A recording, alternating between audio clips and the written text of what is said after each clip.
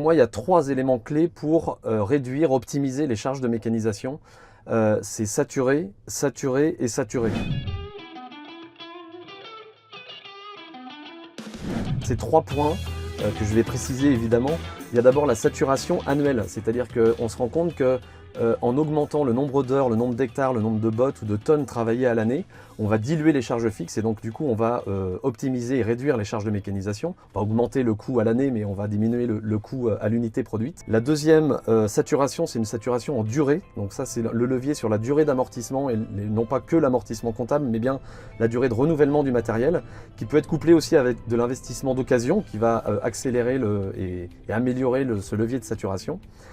Et le troisième levier de saturation, c'est la saturation en performance. Donc derrière le mot performance, je mets le débit de chantier, mais également la qualité de travail. C'est-à-dire que je vais essayer de saturer la performance maximum en débit de chantier d'un automoteur ou d'un outil attelé pour pouvoir réduire son coût de revient. Donc il y a tout un tas de nuances par rapport à ça. Je prends l'exemple pour la saturation annuelle, si je n'ai pas l'organisation de main d'œuvre ou la disponibilité climatique pour maximiser les heures par an, on va jouer sur l'autre levier de saturation qui est la durée de saturation.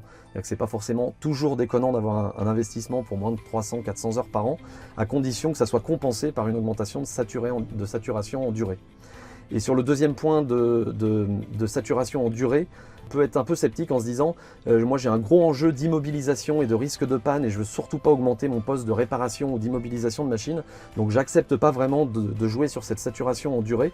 Ça peut être pertinent sur des ateliers de production avec des fortes rentabilités, mais du coup il faut encore une fois compenser par les deux autres saturations si on veut être moins performant sur cette saturation de durée d'amortissement.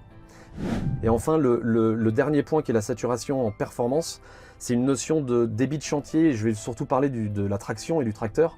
Ce que j'observe, c'est qu'il y a très souvent un manque à gagner sur la saturation du tracteur, ce qu'on appelle du taux de charge.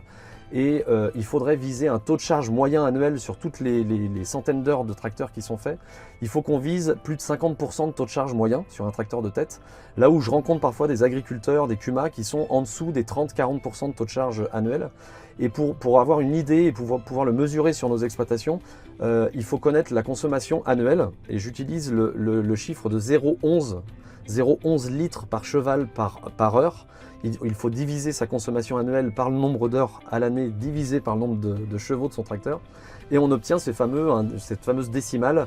Et l'objectif, c'est d'être au-dessus de ces 0,11. 0,11 étant à peu près le taux de charge de 50% moyenné sur l'année.